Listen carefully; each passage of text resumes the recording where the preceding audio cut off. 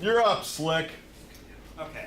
A long time ago, there was once a man named Kandata. Kandata was not a nice person. He killed many, many people. My God. Many, many people.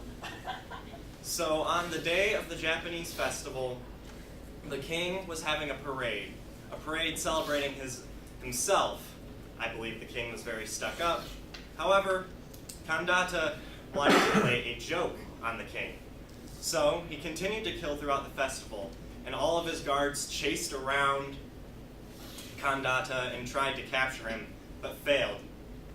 Then Kandata got hungry, so he found this mother and small child, and the child wanted to go to the festival. So the child ran out of the house, and this mother was a good cook. So he threatened the mother that he would kill her if she did not make him a meal.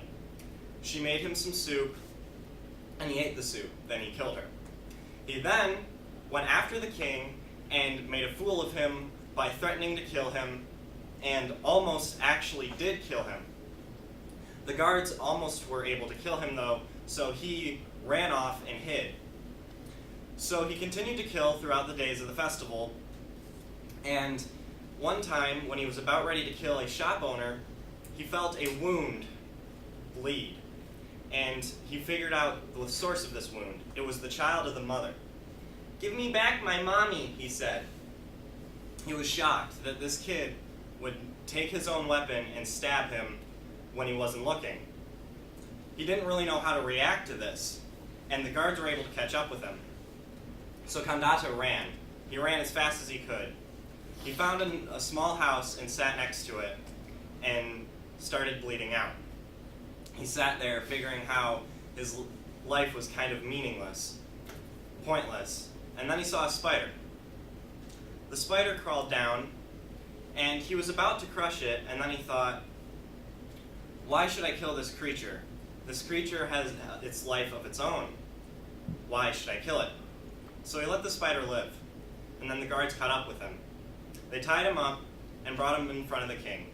The king then yelled about how he was made a fool of and that he would send him straight to hell. So they executed Kandata.